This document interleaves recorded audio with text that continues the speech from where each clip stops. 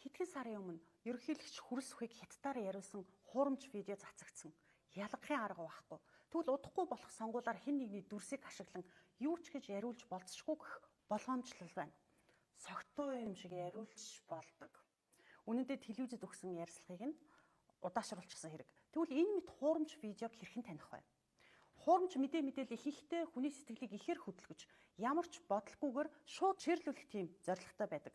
Хэрв арайч үгүй байлгүй дэ гэж бодож байгаа бол заавал тухайн видеог шалгаад үзээрэй. Хэрхэн AI-аар хийсэн хуурамч видеог шалгаж болох вэ? Бодит фото зурагтай харьцуулаад үзээрэй. Тухайн дурсыг AI хэдий хурдтай хөгжиж байгаа ч гэсэн нарийн деталуудыг гаргаж хараахан чаддаггүй. Мөн чихийг нь харьцуулаад үзээрэй. Тухайн видеоны жинхэнэ нь хаа нэгтэй байж болох болов хайгаад үзэхэд гэмгүй шүү. Видеог ойр ойрхон паузлаад үзээрэй. Энэ үед нүд нь тэгш хэмт байхгүй мөн бүрэлдэж харагдана. AI-аар хийсэн deepfake тухайн хүний яг урдаас нь харуулсан бичлэгт илүү үнэмшилтэй харагддаг. Харин хажуу тийш харах үед таран танигдана.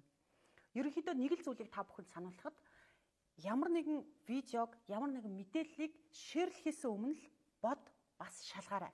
Тэгвэл та хуурамч мэдээллийг тараадаг худалч нэгэн болохоос өөрийгөө сэргийлнэ.